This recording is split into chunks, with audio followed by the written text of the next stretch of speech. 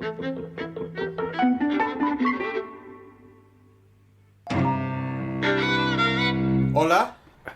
and welcome to Eavesdropping at the Movies. I'm Mike. And I'm Jose. And we're back from a little break. You've been on holiday, as always. My rare day off, what are you talking about?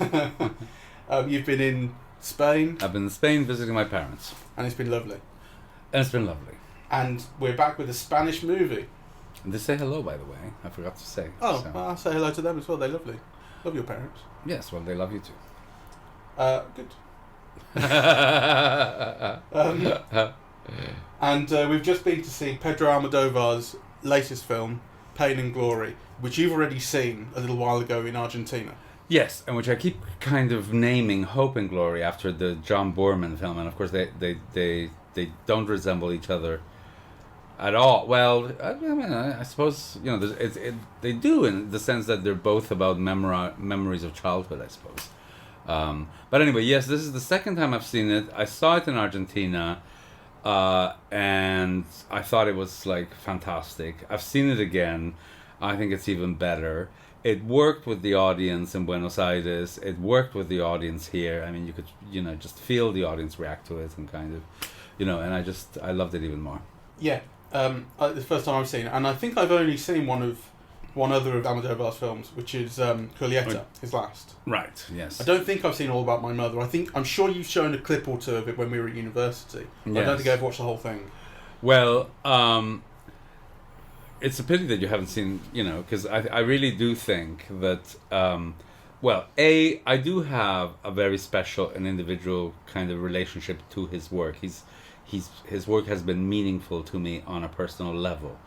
But that aside, I also think he is one of the great directors, of the last 40 or 50 years. And his work kind of, I think it's gotten better. He's gotten more and more technically proficient. This film is a marvel of narration, actually, and in some ways very similar to what Bad Education does. But I think what this does is even more complex and more seamless, right? Just, the way that the story is told, the way that it moves from the past to the present, the different points of view, how you're giving the information that you're given, right? So kind of, yeah. So anyway, I think he's one of the great filmmakers. And also, unlike other filmmakers, his work, as it unfolds, gets richer and richer by being self-referential. Yeah. Yeah? By kind of, so when you're watching this film, which I think, I don't know, but I think everyone will appreciate. You don't need to have seen his other films in order to appreciate it or get it. On the other hand, if you have seen his other films, then it becomes even greater, even more beautiful. You can see how you're in communication with this consciousness that is Almodóvar's, right? That, it's a world that he's describing, and it gets richer by kind of being reinforced or rhyming or being in dialogue with bits of his, all of the rest of his films. He's a filmmaker who has a reputation for making films about himself, and or kind of inspired by his life in very personal ways, and it's referred to very specifically here with the Salvador Mayo, the director character played by Antonio Banderas, being clearly sort of an analogue or a version of Almodóvar through which he's kind of speaking or referring to himself. But particularly I'm thinking of the scenes with his mother when she's old and she's dying, and she talks about how the people in our village don't like you making films about us. They think you talk about us as bumpkins. Yes. And we're not like that. And he says, no, I have nothing but respect for you. And then she mentions the word autofiction. Yes. And he's like, where'd you get that from? She says, I read it in an article. It's an interview with you. That's right. That's it. So the film kind of makes a joke, but also kind of the reference to that, I think, it's very, very knowing and very, very self-referential. And the film, as you say, is kind of doing it all over. So this is kind of a spoiler. You see all of these flashbacks intercut with the kind of contemporaneous story of Salvador as a child with his mother, played by Penelope Cruz. And right at the very end, the final shot of the film reveals that these flashbacks aren't in fact flashbacks. They are the film that Salvador is now making about his childhood. And that you are now seeing. Yeah. So, I mean, it's a wonderful little reveal, and I thought it was absolutely lovely. Well, actually, it's the same reveal that you get in his previous, most autobiographical film, which is Bad Education. Right. Which, yeah. In which kind of, just before... But there it was just before the movie ends. You realise you're in a film studio. But that's it here. This is the last shot in this film. Yeah, I know. This is the last shot, but in the other film... It was earlier. It was earlier. Right, so, there's a reveal that it's a film within a film, and then stuff happens. Right. But actually, I was mindful in this film of, how the work connects. For example, one of the songs was by Alaska, who is, who was the star of his very first film, Pepe Lucy Bomb. She was one of the stars. Antonio Banderas appeared, from his second film, Labyrinth of Passion, was Antonio Banderas' first film, and the first that he did with Almodóvar, and then they went on to do a whole series of them. So many of his films have been about film directors, so Law of Desire, and then, of course, Broken Embraces, which, calls back on Women on the Verge of a Nervous Breakdown, the re-edit of that film that was meant to be Women on the Verge of a Nervous Breakdown is part of it. Chavela Vargas, the singer, is kind of used in Women on the Verge of a Nervous Breakdown. This thing about the neighbors, you see that in Tie Me Up, Tie Me Down when they go into the country, and you also see that, actually, I think, in The Flower of My Secret. His real mother appeared in his films until she died, really. So, this whole thing about the director's mother and that actually makes you recall his real mother appearing in films like, What Have I Done to Deserve This? Or, the newsreader in High Heels, which she played. And actually some of the shots, these shots of typing, right? They recur throughout his films. Yeah, his films are so much about telling stories, but also about writing, right? And then, of course, there have been video essays done about the way that he uses art. And in this film in particular, it was highly publicized before that the director's apartment is in fact an exact reproduction of his own apartment in Madrid. Is that true? That's true, yeah. So, it's hardly a secret, right? So I loved it. I loved it as cinema. I loved the way that,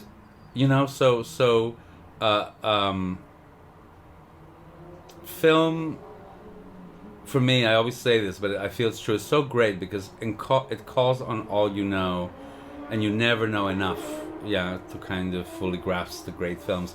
But Almodóvar is someone who consistently uses, language, image, music, art, painting, right? In this things he's reading Fernando Pessoa's poems, right? So what he's reading, he's underlining, and it becomes kind of part of the narration of the film. Yeah, he's got books thrown around. So, Antonio Lopez, for example, the Spanish painter, is one of them. He uses clips within clips. So in this one, it's very telling that he refers to Elia Kazan's, I forget what the title of the film is, the one with Natalie Wood and Warren Beatty. I think the film is 1962. It's obviously a film that marked him because he also refers to it in What Have I Done to Deserve This? Splendor in the Grass? Splendor in the Grass, yeah. Which is about, Natalie Wood has kind of like a sexual awakening, and then, because it's forbidden, it drives her mad, really, which you can see, there's an element of that in this film, because it's also about, a child's kind of sexual awakening in ways that he doesn't understand. Yeah. The First Desire. Yes. As the title of the film becomes at the end. That's right, And I think, isn't Almodóvar's production company it's called The Desire? That's right. El Deseo, right? Yeah, which harks back to the very first film he produced independently, which is The Law of Desire. Yeah. Yeah.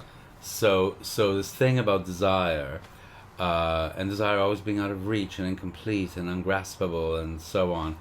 That's also a theme in the film, and I think it's kind of very beautifully handled. There are moments that the film had me kind of in tears, really, you know, because it's also a film about sadness. Yeah, I mean, that first image of Antonio Banderas in the pool, kind of underwater, right, which is almost like abstract in some way, because, you know, I mean, it's very concrete, obviously, it's Antonio Banderas as the character, but also he's got this bushy underhair arm that's kind of almost like spreading all out. Yeah, you know, I don't know if you noticed, that creates an incredible image, really.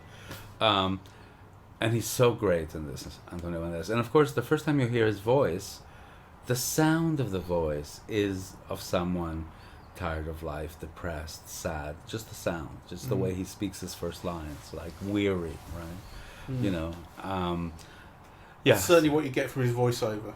Yes. Yeah, that's the tone he strikes in his voiceover. Yeah. And the film, it's also about aging and Yes. and reflecting on your past, and in that respect, it's very similar to Julieta, Yes. in which Julieta kind of, I think she goes back to her old apartment in Madrid when she's kind of a middle-aged woman, and then writes about her past and the people in it, and so you see these sort of, as I recall it, I only saw it the once, but you had kind of different timelines intercut in that, but it was all related to what she was writing, her memories. And in this, he doesn't exactly write about his memories, although things that he has written about his past and his kind of experiences do come up, particularly in the text, the addiction text.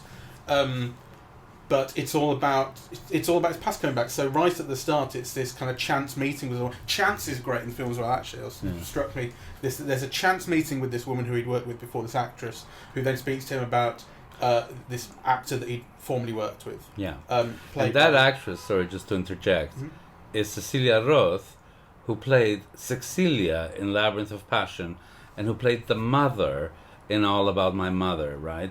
So it's like you have all of these strands of continuities, right, through the use of music, through the use of shots, through the casting of particular actors, right? Yeah. So he meets her by chance in the sort of hotel lobby or something, and they have this conversation about a film that he'd made 32 years ago with an actor called Alberto Crespo, who's played by Asier Echeandia. Hope I'm pronouncing that about right. Well, you're not, but it doesn't matter. It's about as well as an English person could do it. Well, go on, you do it. You're Spanish. Well, I don't have the name in front of me, so, and I can remember. Okay. It's about the third or fourth one down. So, Asier Echeandia. I was 75% there. He's fantastic, and he's an actor who clearly they well, as you learn, they had a kind of falling out on making of the film. Salvador directed him in a certain way that he didn't really pay attention to. He played the character in a different way, and it took him a long time to come to terms with that. I love that. I love that they attribute that difference in interpretations to drugs. Yeah, that, you know, the character was one who took cocaine and was lively and happy and light, and in real life, the actor playing him took heroin, so, you know, brought a gravity to the performance.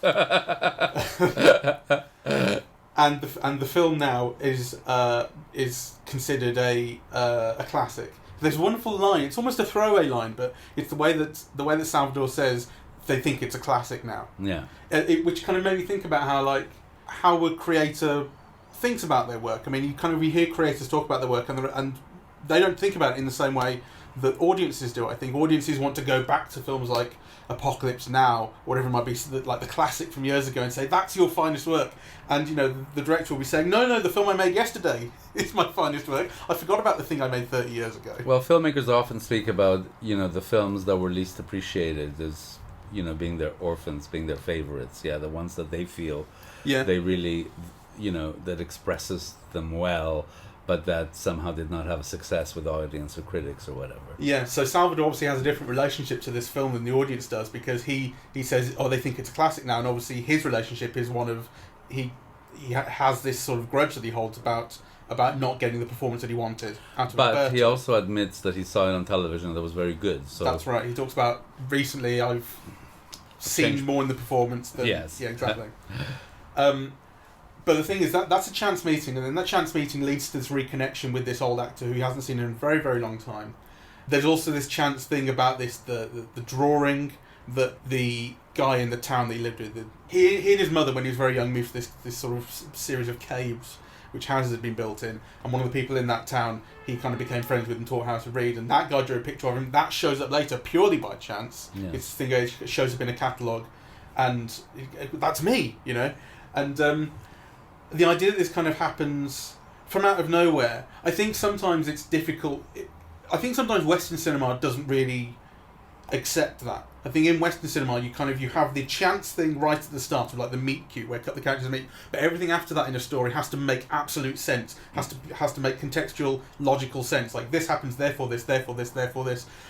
And I love that it just makes so much sense, and it's easy to accept here that this thing just shows up, and a thing from his past shows up and just takes the story in a slightly different direction again. I remember reading Buñuel, and he was saying, and Octavio Paz on Buñuel, the Mexican writer, talking about the importance of chance in the work of Luis Buñuel.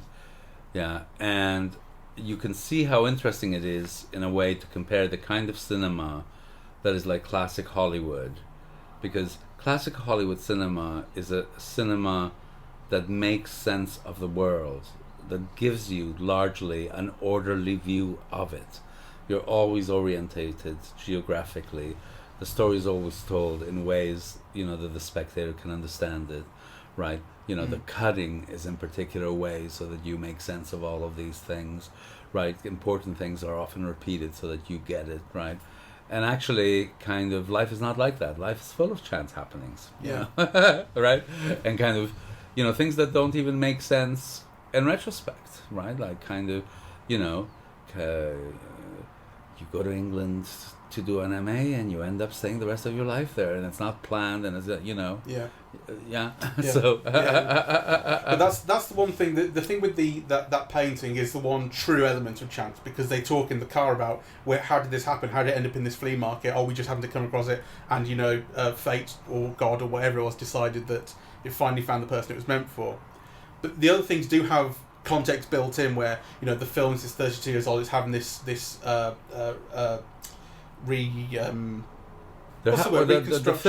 film is being shown as part of a season at the Spanish Cinematheque, the Cine d'Ore, where I was just last week, paying my homage to the cinema itself and to Almodóvar, because that particular cinema, the Cinematheque in Madrid, the Cine d'Ore, reappears in many of his films, right? So there's very famously in Talk to Her, there's a whole scene of the shrinking lover done as a silent film, which is kind of imagined as a film scene at the Cine d'Ore, right? So they're having a season... restoration, that's the word I was thinking of. Yeah, the film, the negative has been restored, and they're showing it as part of a season of films, and they've been asked to do a Q&A. Yeah, so that leads to him reconnecting with Alberto, the actor. That leads to this kind of slightly developing relationship between them. That leads to Alberto discovering the text, the addiction on Salvador's computer when Salvador is zoned out on heroin. That leads him to saying, I want to perform this, I have to perform this. Eventually he lets him, and when Alberto performs this, an old flame of Salvador's happens to see it by chance. He happens to be in Madrid, but again there's a little bit of context built in. He recognises the name of the actor. He'd met him 2 or 3 times back in the past when they were making that film 30 years ago. So there's a reason that he went to see that show in particular. But it is still one thing leads to another, and just these elements of chance built in, and you end up with this scene where Salvador and what's the fellow's name, Federico reconnect, which was an amazing scene. That was so beautiful. These guys were lovers for 3 years, and it's this reconnection of old friends and old lovers and people who just haven't seen each other in 30 years, and it's magical. Yes, it feels so true, to one's experience as well, of kind of reconnecting just with old friends.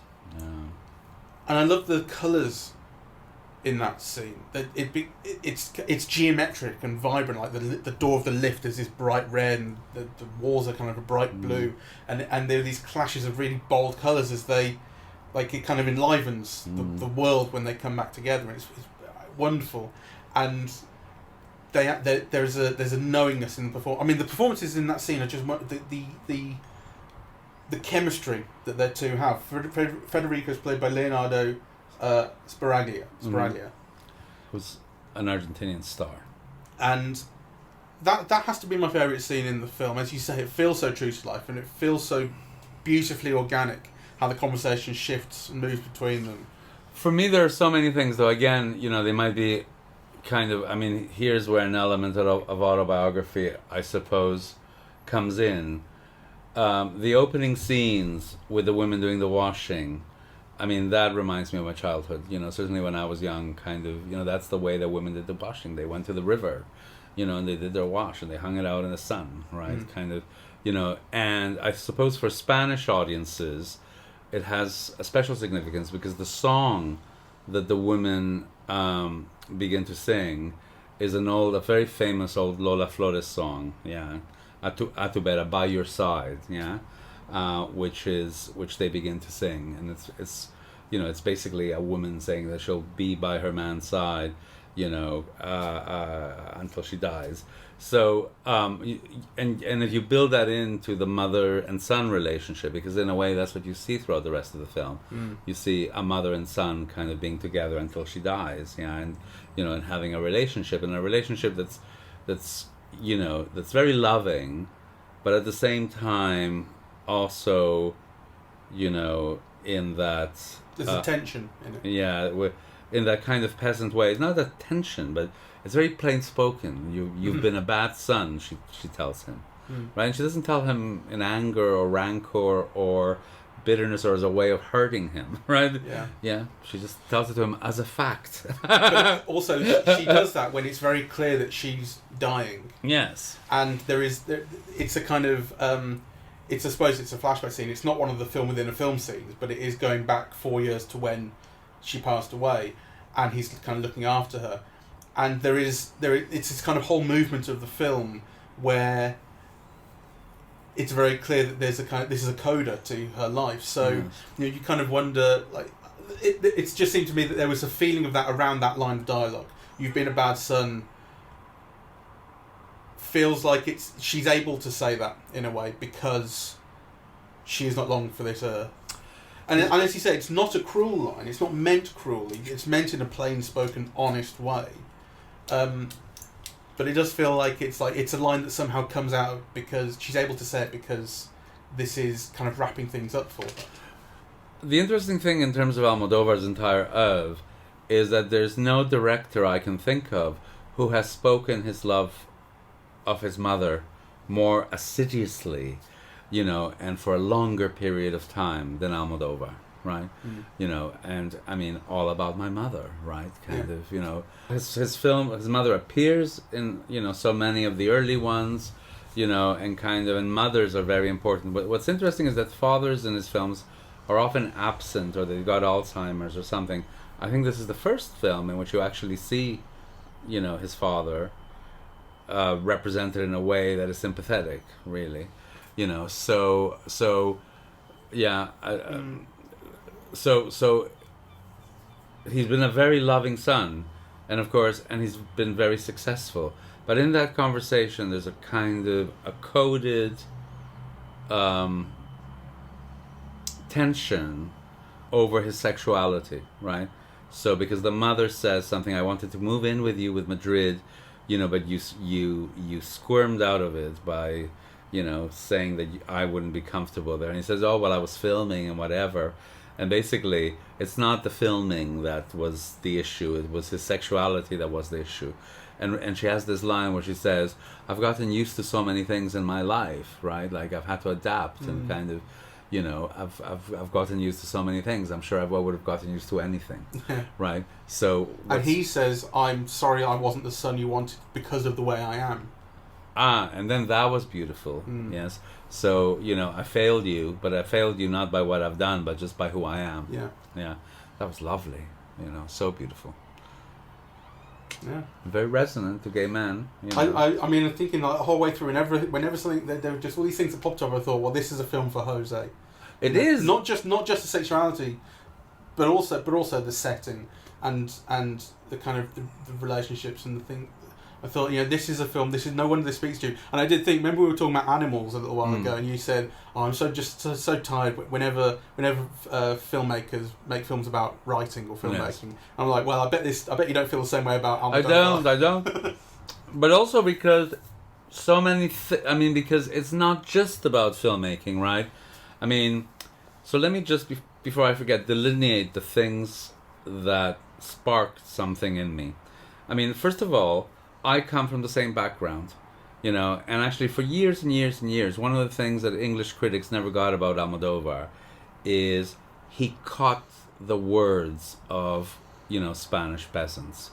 That very particular language, the phraseology, I could, the words that he puts in his mothers and his sisters in his films, my mother says them and my aunt say them,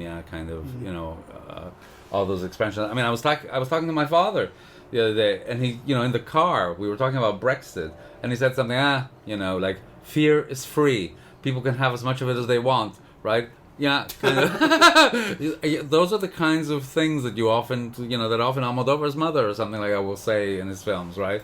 Or the way that they talk to the neighbors. I mean, you saw, when you came to visit, my mom always goes out of the house and kind of chats with her neighbors at night, yeah. So the life and the language kind of really resonate with me to very specific terms, in very specific ways. The encyclopedia the child is reading to learn, at school, is the one I used to learn at school. Is the same encyclopedia, right? So it has those resonances. And then there were things like, when they mentioned the drugs or Madrid in 1981 and so on, right?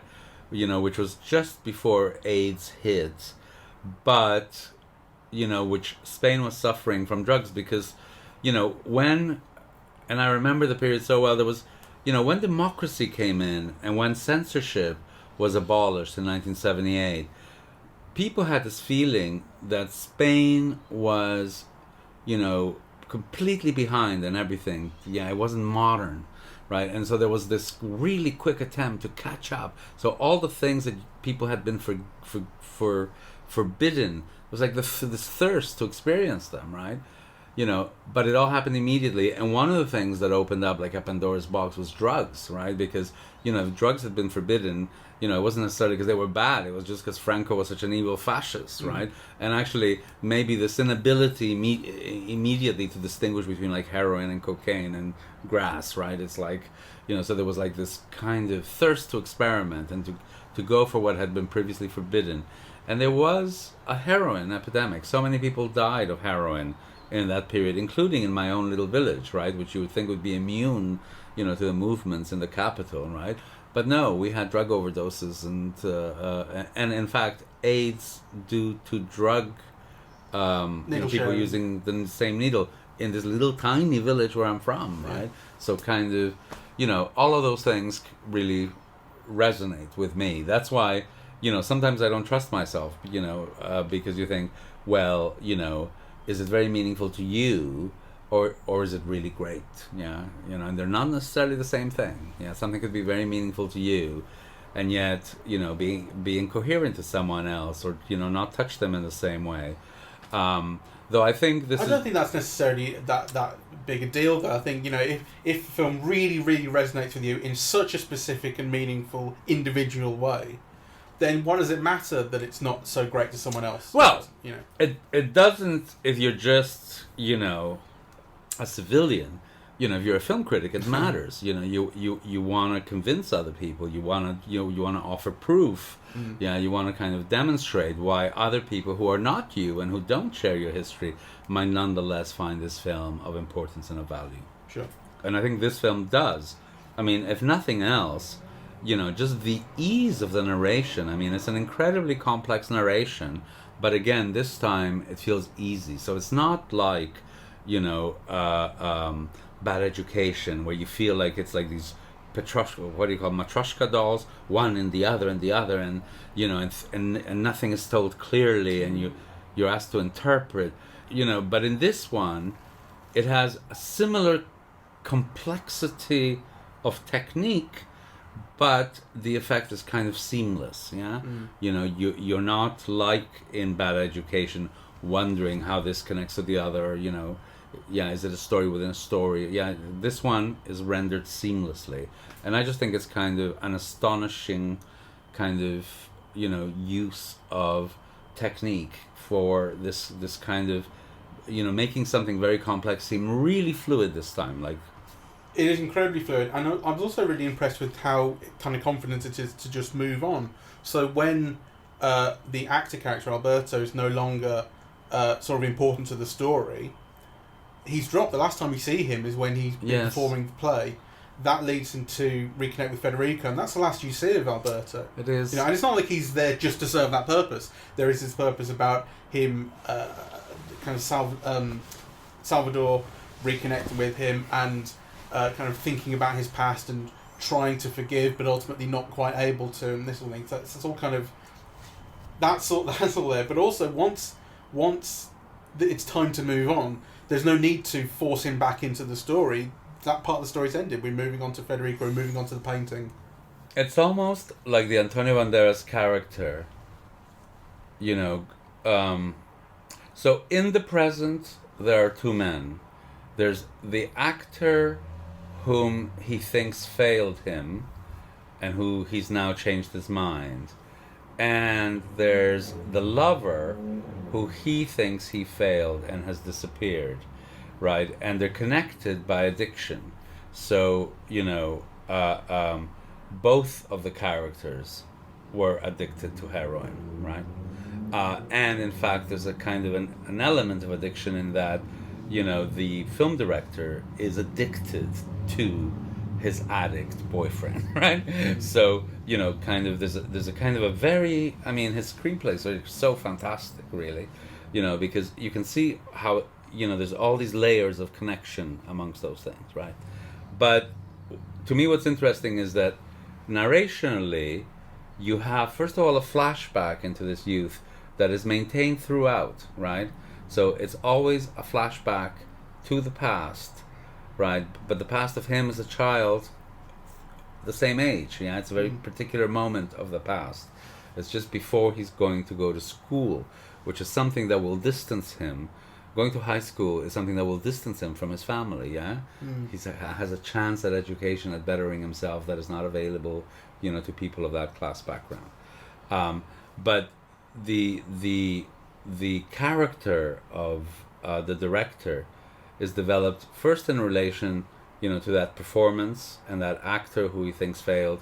Secondly, to the person he was addicted to who left, right? And lastly, in the film within the film, to this man that was so beautiful that it awakened in him a kind of unconscious sexual desire, that caused him to faint. Yeah. And I think kind of those are, what do you think? No, I agree. I think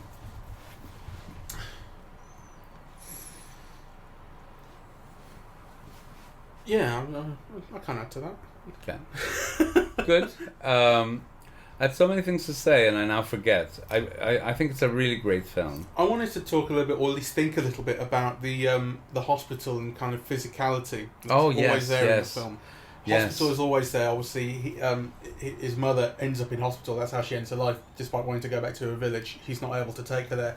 But obviously, Salvador is in constant physical pain, and there's this wonderful sequence quite early on where, through voiceover, he talks about his maladies and and how everything, his life revolves around his spine since he had surgery on it 2 years ago. But all these kind of pills he's taking, all these muscle aches and fatigue and things, and it's animated in this almost like Saul Bass sort of stylized animation, or like Saul Bass crossed with. They're by Juan Gatti. Sorry.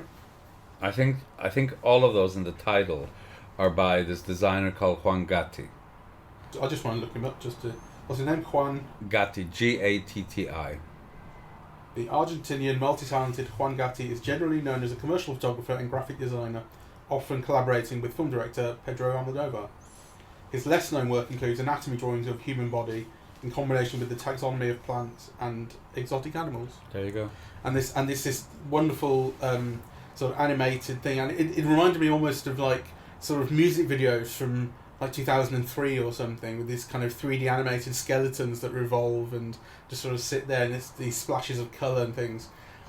And there's a wonderful shot in it, where you have these skinless human bodies, just muscle and bone, kind of arranged and posed like sculptures in an art gallery. Fantastic and weird.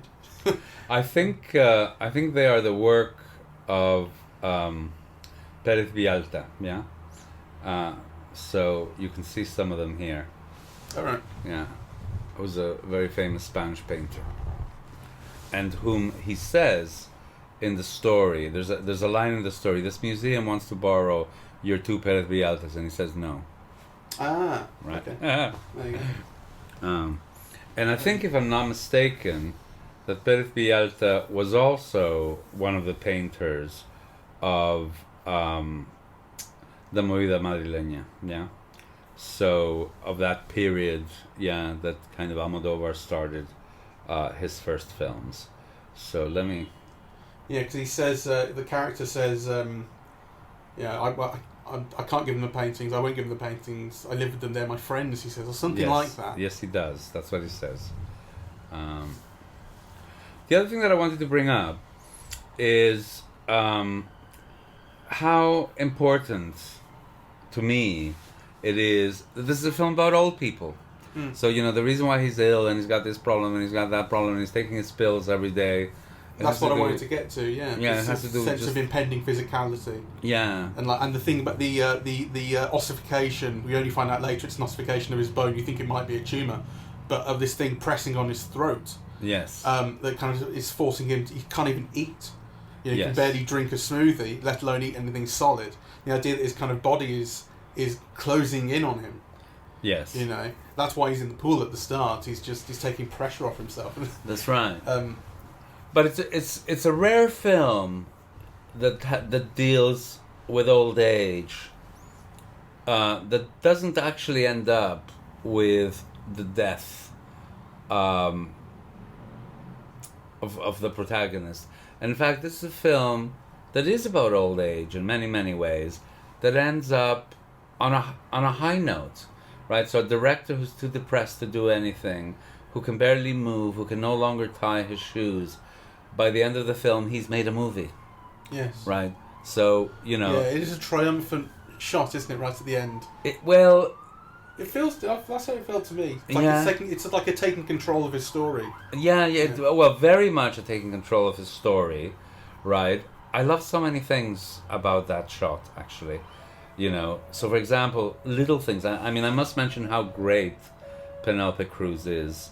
There's a scene where she's doing the washing, where she kind of just smiles at the woman singing a tu vera, and there's like this incredible radiance about her. She's just such a movie star, really.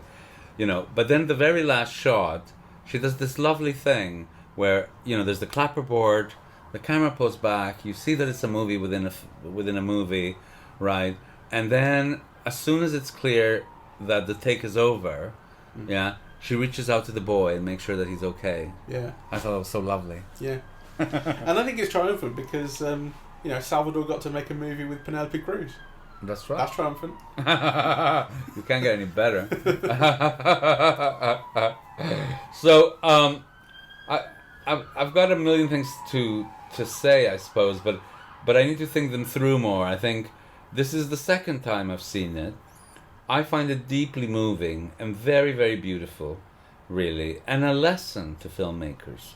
So I was going to say that I can't think of anybody who's writing screenplays better at the moment, right? More purposefully. But I think this is so beyond just the screenplay, right? It is, as I was trying to say earlier, a film in which everything, a camera move, says something, and everything is kind of expressive, right? So those scenes where the actor is doing a diction and he's rehearsing it, and you go and it cuts to the seats, right? And then kind of, the seats are just, lines of gold on black, right? Kind of just very beautiful and very expressive.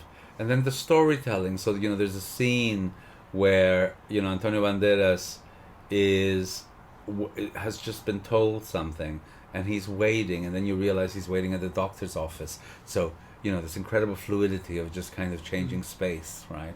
That scene in which Alberto performs Addiction is, I would say, kind of the cinematic sort of highlight or centerpiece of the film, and it's the one that best expresses what you're talking about, in that he does start off rehearsing it in front of nobody, but fluidly, as he's performing it to himself, it becomes a performance to an audience. The audience shows up, and he's kind of moving around, and he moves onto these canvases of pure red and pure white, and these things lovely. fill the screen in kind of abstract ways. Yes. But it all happens, as you say, very, very fluidly. There's a shot really early on in the film, or cut rather, that struck me as just kind of beautifully timed and managed, which was where a guy in that hotel lobby is playing the piano, and then the camera cuts to his hands, and the camera cuts away, and you see that it's the priest from Salvador's childhood playing the piano. Exactly the same piece, exactly the same. And you get through these two cuts, through this piece of music, he's been taken back to his past. As you say, all of those flashbacks, although I suppose it turns out they're not exactly flashbacks, but that's what they appear to be, at least. They are all motivated by Salvador thinking about his past, or like it'll cut to one which isn't necessarily motivated, but when it cuts out, you'll see Salvador in a state of kind of meditation or thinking. It's clearly something he's thinking about. It's not a story being told,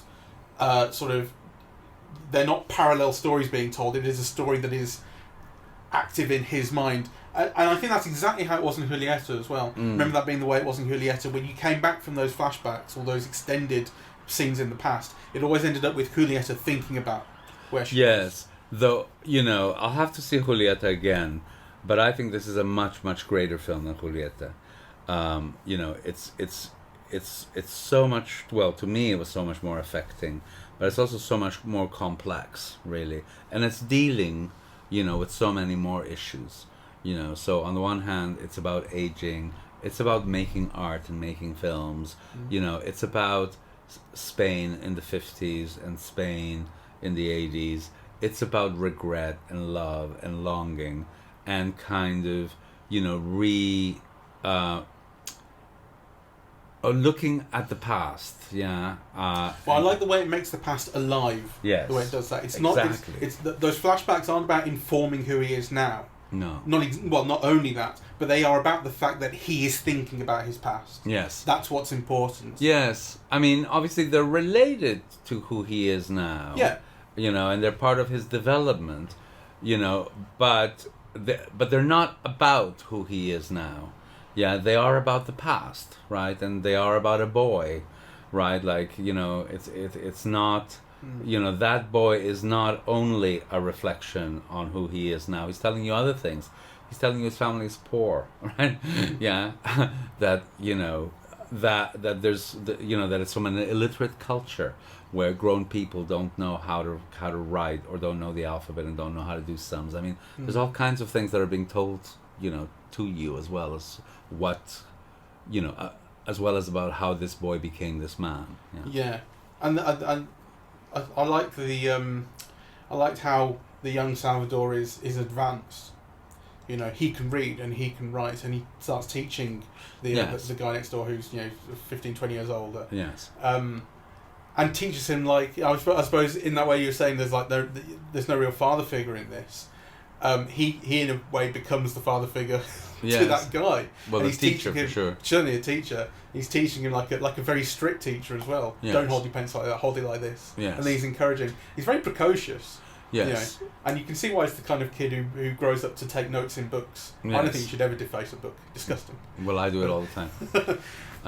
Yeah. So anyway, I will certainly kind of write more about all of this at some point. But for now, really, I urge everyone to see it.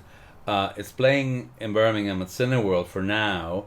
There's a run at the Electric, in the next couple of weeks. So it's a film that will be in town for a little while, and to me, it's a great masterpiece.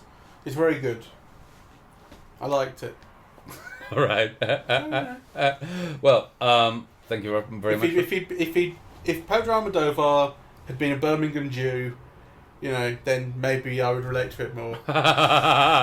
Well, actually, I've been very surprised about, because it has gotten great reviews, but I have read, especially reviews from younger gay men, and they're respectful, but they're not fully engaged. Yeah, they're not. It's not a love the way I feel it's a love. And actually, I do think that as Almodóvar has aged and as his films have become richer and more complex, they're more demanding, right, of an audience. They're a great pleasure, but they're more demanding, and they're certainly more demanding of critics.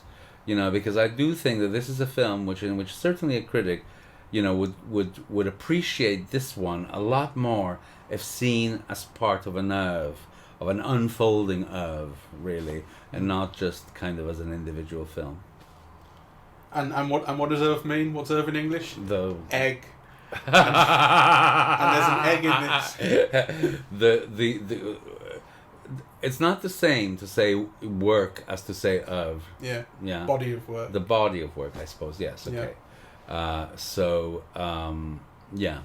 Jolly good. Okay, so thank you very much for listening. We are eavesdropping at the movies, and we are on iTunes, SoundCloud, and YouTube, and on social media we're on Facebook and Twitter at Eavesdrop Movies, and the website is eavesdroppingatthemovies.com. Thank you very much. Cheerio.